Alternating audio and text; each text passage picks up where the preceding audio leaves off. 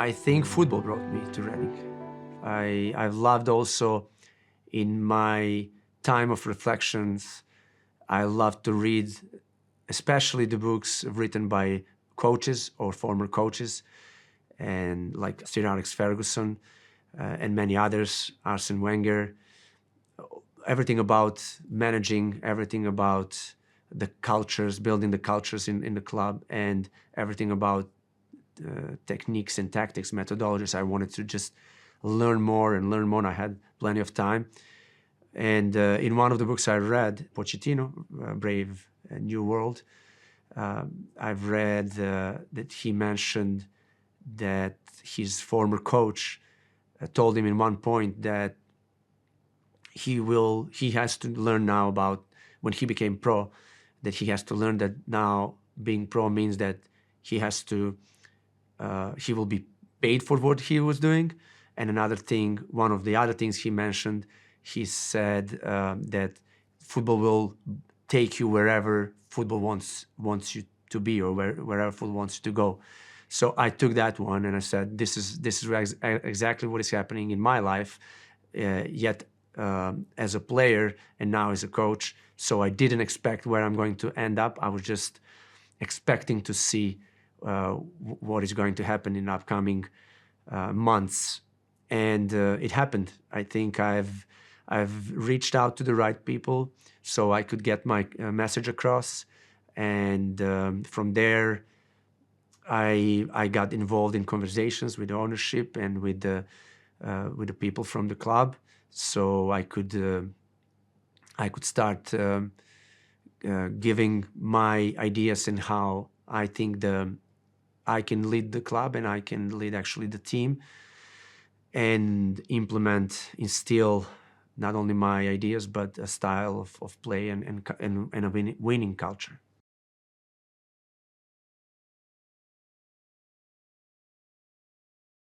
I didn't expect that I'm going to get to the club where I'm going to have a year to work, or 3 months, or not even a preseason. I was ready, as I said, in my plan I had, in my ideas, or what I thought that scenarios that can happen is that you're going to get a team on Friday, you got to coach him and prepare them for Saturday, or not even that you don't need that much urgency.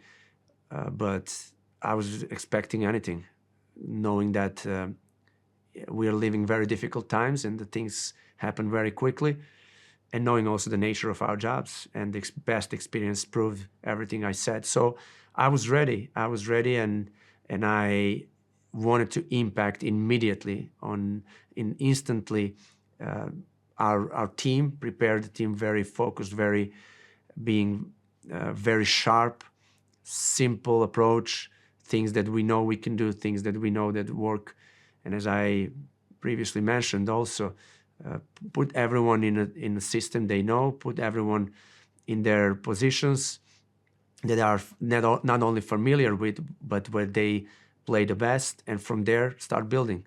Most important thing is that you communicate well, you manage properly the expectations at the beginning. I think it's just the expectations are not big.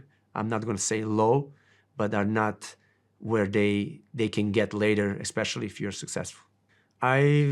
Together with my staff, we've looked, once we knew that the opportunity is there, not yet done, but we started to watch games. We got more information, and then as we were getting closer to be hired, we had a better insight of what we can expect from the team. And we actually decided, once we landed and we started to work with the team, it happened in Portugal because we had to quarantine. So we met the team there after the preseason's Tottenham's match that the team played.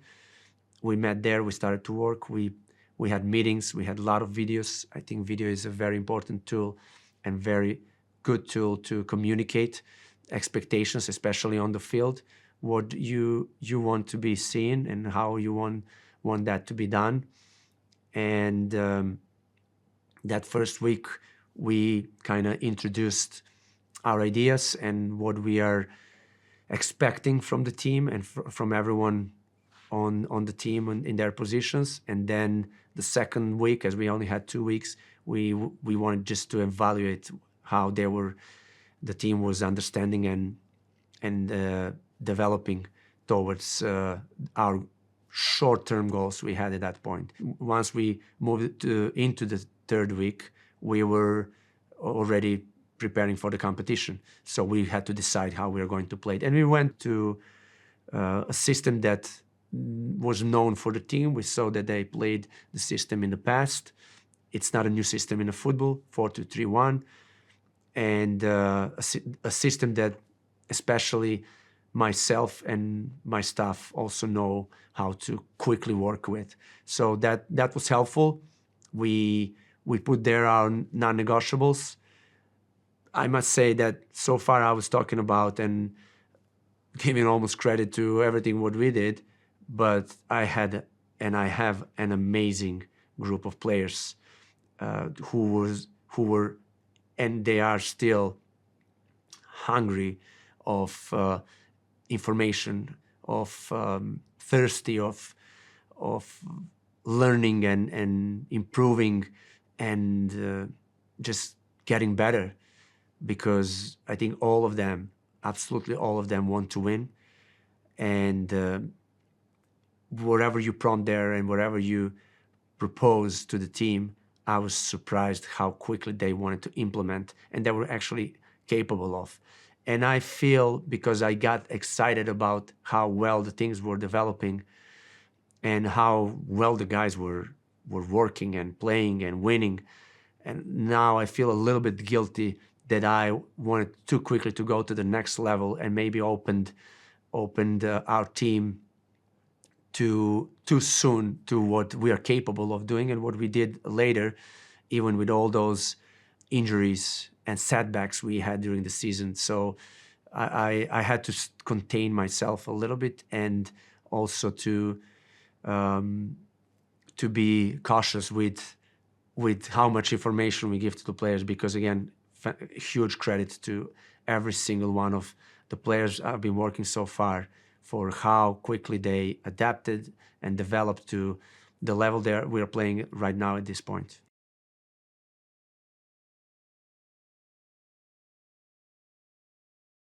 I think the timing was right, and the team started to play and enjoy playing, and most importantly, believe in itself, that everyone is capable of having a great season. And that belief propelled us to the next level. And the consistency we had at the beginning, which we knew at some point we will lose a game. We just needed to know how is that going to feel. And when that happened against Coventry, I must say that we played one of the best games. And it didn't feel bad because we were still the same team. The non-negotiables were there. We made our mistakes, and they did also, we have to acknowledge, a good job from our opponent. So when that happens and all the requirements we have for our team are there, you cannot blame anyone. You just knock it down and you move on, get ready for recover and get ready for the next game. And we went through a hard stretch in that 1 week, but we were capable of recovering very soon, the feeling of winning, the feeling of excitement, and thinking about who's our next opponent. That's when you get in that stage with that confidence, I think that's the best that one team can have.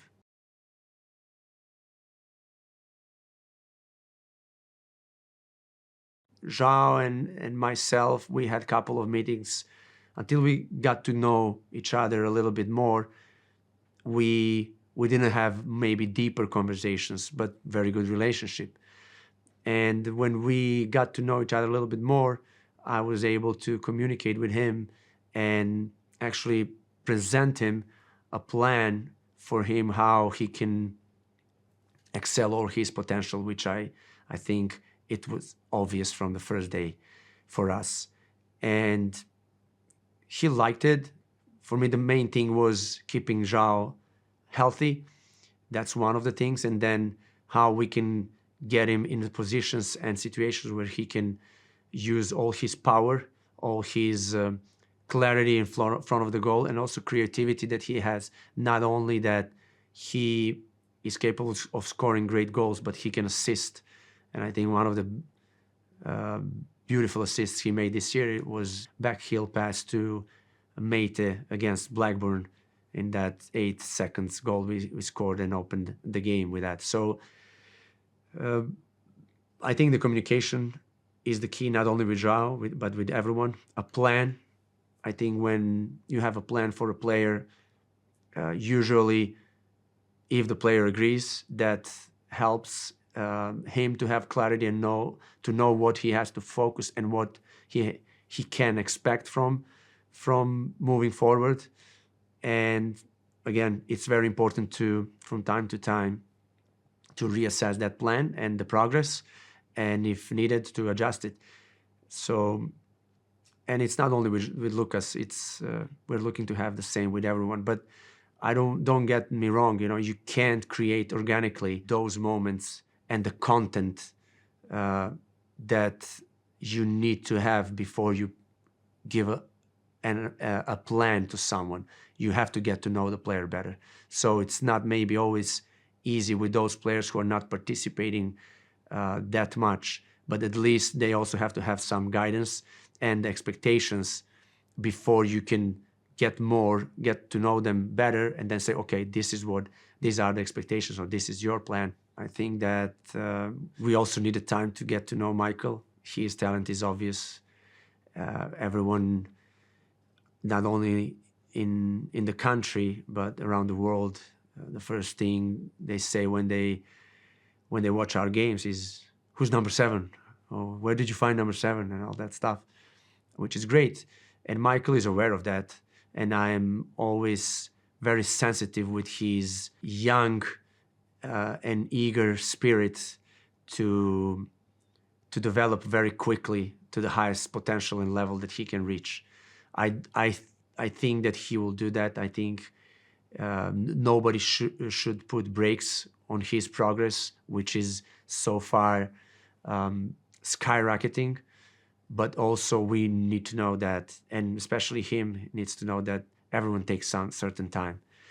And that's where we don't want Michael to rush or get frustrated sometimes with maybe not the things working the way he would like to see, because the most important thing also he has to focus is on the next play and on the game that he's playing today and the moment that he is living in, because plenty of time, as also plenty of conditions and talent to excel on the highest level, not only in this country, but on the international level.